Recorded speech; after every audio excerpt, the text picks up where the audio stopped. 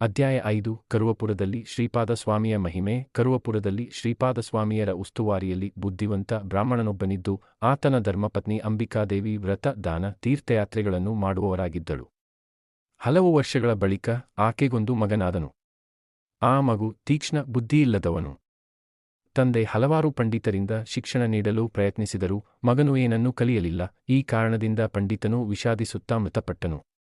ಮಗನು ಭಿಕ್ಷಾಟನೆಯನ್ನು ನಂಬಿಕೊಂಡು ಜೀವನ ಸಾಗಿಸುತ್ತಿದ್ದನು. ಅವನ ಬುದ್ಧಿಹೀನತೆಯಿಂದ ಜನರು ಅವನನ್ನು ಪಂಡಿತಪುತ್ರ, ಪರಮಶೂನ್ಯ ಎಂದು ಹಾಸ್ಯ ಮಾಡತೊಡಗಿದರು.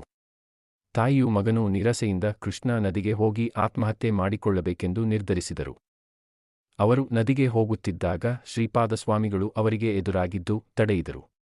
ಅಂಬಿಕಾ ತನ್ನ ಬಗೆಯನ್ನು ಸ್ವಾಮಿಗಳಿಗೆ ಹೇಳಿದಳು. ಸ್ವಾಮಿಗಳು ದಯೆಯಿಂದ, ತಾಯಿ, ನೀನು ಶನಿಪ್ರದೋಷ ವ್ರತವನ್ನು ಅನುಷ್ಠಾನ ಮಾಡು.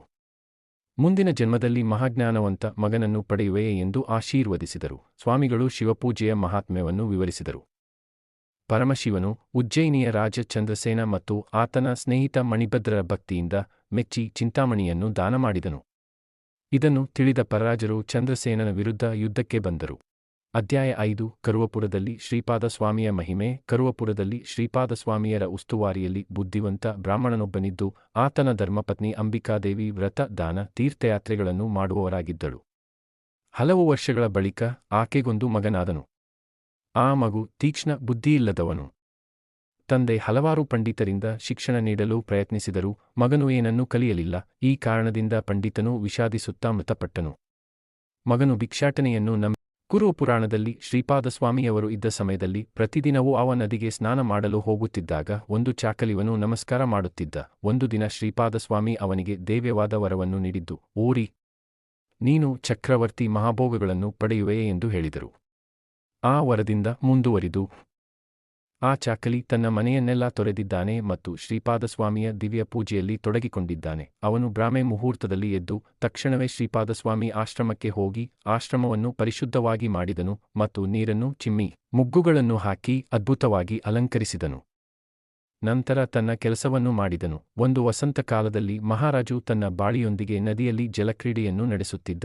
ಅದನ್ನು ದೃಶ್ಯವಾಗಿ ನೋಡಿ ಚಾಕಲಿಯ ಮನಸ್ಸಿನಲ್ಲಿ ಅದೇ ಭಾವನೆ ಮೂಡಿತು ಮತ್ತು ಬೇಸರದಿಂದ ಶ್ರೀಪಾದಸ್ವಾಮಿಯ ದರ್ಶನಕ್ಕೆ ಹೋದೆ. ಚಾಕಲಿ, ಆ ಬೇಸರ ಏನು ಎಂದು ಶ್ರೀಪಾದಸ್ವಾಮಿ ಕೇಳಿದಾಗ, ಮಹಾತ್ಮನೇ, ನನಗೆ ರಾಜರಂತಹ ವೈಭವವನ್ನು ಹೊಂದಬೇಕೆಂದು ಬಯಸುತ್ತೇನೆ.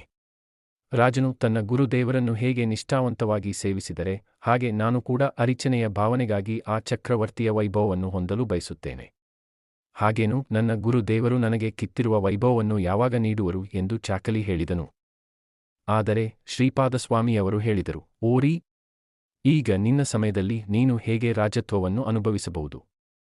ನೀನು ಈಗ ಭಗವಾನ್ನ ಅನುಗ್ರಹದಲ್ಲಿ ಇದ್ದೀಯಾದರೂ ನಿನ್ನ ಮುಂದಿನ ಜನ್ಮದಲ್ಲಿ ಮಾತ್ರ ಮಧುರಾ ನಗರದಲ್ಲಿ ಯುವನ ರಾಜನಾಗಿ ಅದ್ಭುತವಾದ ರಾಜತ್ವವನ್ನು ಅನುಭವಿಸಬಲ್ಲೆ. ಶ್ರೀಪಾದಸ್ವಾಮಿಯವರು ಆ ಚಾಕಲಿಗೆ ದೇವ್ಯವಾದ ವರವನ್ನು ಕೊಟ್ಟರು.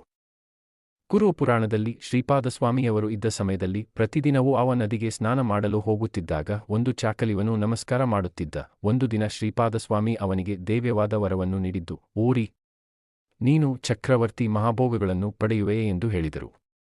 ಆ ವರದಿಂದ ಮುಂದುವರಿದು ಆ ಚಾಕಲಿ ತನ್ನ ಮನೆಯನ್ನೆಲ್ಲ ತೊರೆದಿದ್ದಾನೆ ಮತ್ತು ಶ್ರೀಪಾದಸ್ವಾಮಿಯ ದಿವ್ಯ ಪೂಜೆಯಲ್ಲಿ ತೊಡಗಿಕೊಂಡಿದ್ದಾನೆ. ಅವನು ಬ್ರಾಹ್ಮೆ ಮುಹೂರ್ತದಲ್ಲಿ ಎದ್ದು ತಕ್ಷಣವೇ ಶ್ರೀಪಾದಸ್ವಾಮಿ ಆಶ್ರಮಕ್ಕೆ ಹೋಗಿ ಆಶ್ರಮವನ್ನು ಪರಿಶುದ್ಧವಾಗಿ ಮಾಡಿದನು ಮತ್ತು ನೀರನ್ನು ಚಿಮ್ಮಿ ಮುಗ್ಗುಗಳನ್ನು ಹಾಕಿ ಅದ್ಭುತವಾಗಿ ಅಲಂಕರಿಸಿದನು. ನಂತರ ತನ್ನ ಕೆಲಸವನ್ನು ಮಾಡಿದನು. ಒಂದು ವಸಂತಕಾಲದಲ್ಲಿ ಮಹಾರಾಜು ತನ್ನ ಬಾಳಿಯೊಂದಿಗೆ ನದಿಯಲ್ಲಿ ಜಲಕ್ರೀಡೆಯನ್ನು ನಡೆಸುತ್ತಿದ್ದ. ಅದನ್ನು ದೃಶ್ಯವಾಗಿ ನೋಡಿ ಚಾಕಲಿಯ ಮನಸ್ಸಿನಲ್ಲಿ ಅದೇ ಭಾವನೆ ಮೂಡಿತು ಮತ್ತು ಶ್ರೀಪಾದಸ್ವಾಮಿವಾರು ನಂತರ ಅವತಾರಮಿವ ದ್ವಾದಶಿ ನಾಡಿನಲ್ಲಿ ಅದೃಶ್ಯರಾದರು. ಇಂತಹ ಅದೃಶ್ಯರಾದ ಶ್ರೀಪಾದಸ್ವಾಮಿವಾರು ಭಕ್ತರ ಬಳಿ ತಮ್ಮ ತಮ್ಮ ಕಾಮನೆಗಳನ್ನು ಪೂರ್ಣಗೊಳಿಸುತ್ತಿದ್ದರು. ವಲ್ಲಭೇಶುಧನೆಯ ಎಂಬವನು ದೊಡ್ಡ ವ್ಯಾಪಾರವನ್ನು ಸಾಧಿಸುವವನು. ಅವನು ಕುರುಪುರದಲ್ಲಿ ಶ್ರೀಪಾದರನ್ನು ಭಕ್ತಿಯಿಂದ ಸೇವಿಸುತ್ತಿದ್ದನು. ಹೀಗೆ ಸೇವಿಸುತ್ತಿರುವಾಗ ಶ್ರೀಪಾದಸ್ವಾಮಿಯ ಧ್ಯಾನದಲ್ಲಿ ಮನಸ್ಸು ಕೇಂದ್ರೀಕೃತಗೊಂಡು, ನಾನು ಈ ವರ್ಷದ ವ್ಯಾಪಾರದಲ್ಲಿ ಉತ್ತಮ ಲಾಭವನ್ನು ಗಳಿಸಿದರೆ ಕುರುಪುರದಲ್ಲಿ 4,000 ಬ್ರಾಹ್ಮಣರಿಗೆ ದಾನವನ್ನು ನೀಡುತ್ತೇನೆ ಎಂದು ಸಂಕಲ್ಪ ಮಾಡಿಕೊಂಡಿದ್ದನು. ಅದಕ್ಕೆ ಅನಂತರ ಶ್ರೀಪಾದಸ್ವಾಮಿಯ ಕರುಣೆಯಿಂದ ಅವನ ವ್ಯಾಪಾರದಲ್ಲಿ ಹೆಚ್ಚಿನ ಲಾಭಗಳು ಲಭಿಸಿದವು.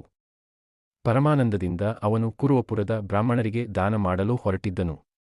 ಆದರೆ ಅದೇ ಸಮಯದಲ್ಲಿ ಕಳ್ಳರು ಅವನನ್ನು ಗಮನಿಸಿದರು ಮತ್ತು ಅವನ ಹತ್ತಿರ ಹಣ ಕದ್ದಲು ಏನು ಕೋರುವ ಮಾರ್ಗವನ್ನು ಕಂಡು ಮರುವೇಷದಲ್ಲಿ ಅವನೊಡನೆ ಸೇರಿದರು. ಅವರು ಆ ರಾತ್ರಿ ಅವನ ತಲೆಯನ್ನು ಹೊತ್ತಿದ್ದು ಅವನ ಬಳಿ ಇರುವ ಹಣವನ್ನು ಕದ್ದುಕೊಂಡರು. ಆ ಸಮಯದಲ್ಲಿ ಶ್ರೀಪಾದವಲ್ಲಭುಗಳು ಭಕ್ತರ ರಕ್ಷಣೆಯತ್ತ ಕೇಂದ್ರೀಕರಿಸಿ ತಮ್ಮ ತ್ರಿಶೂಲದಿಂದ ಆ ಕಳ್ಳರನ್ನು ಹೊತ್ತಿಕೊಂದು ಹಾಕಿದರು. ಅವರಲ್ಲಿ ಒಬ್ಬನು, ಸ್ವಾಮಿ, ನಾನು ಕಳ್ಳನಲ್ಲ, ನನಗೆ ರಕ್ಷಣೆ ಕೊಡು ಎಂದು ಪ್ರಾರ್ಥಿಸಿದಾಗ ಶ್ರೀಪಾದವು ಅವನಿಗೆ ಅಭಯವನ್ನು ಕೊಟ್ಟರು. ನೀವು ಈ ವಿಭೂತಿಯನ್ನು ನಿಮ್ಮ ತಲೆಯ ಮೇಲಿಟ್ಟು ಅದಕ್ಕೆ ವಿಸರ್ಜನೆ ಮಾಡಿರಿ ಎಂದು ಹೇಳಿದಾಗ ಆ ಬ್ರಾಹ್ಮಣನು ನಿದ್ರಿತನಾಗಿದ್ದವನಂತೆ ಹೇಳಿದನು. ಶ್ರೀಪಾದಗಳು ದೃಶ್ಯವಾಗಿ ಕಾಣಿಸಿಕೊಂಡರು. ಹೀಗಾಗಿ ಅವರು ಇಬ್ಬರೂ ಕುರುಪುರಕ್ಕೆ ಹಾರಿದರು. ಶ್ರೀಪಾದಗಳನ್ನು ದಿವ್ಯಪಾದುಗಳಿಂದ ಪೂಜಿಸಿದ ಮೇಲೆ 4000 ಮಂದಿ ಬ್ರಾಹ್ಮಣರಿಗೆ ದಾನ ನೀಡುವ ಮೂಲಕ ಧನ್ಯರಾದರು.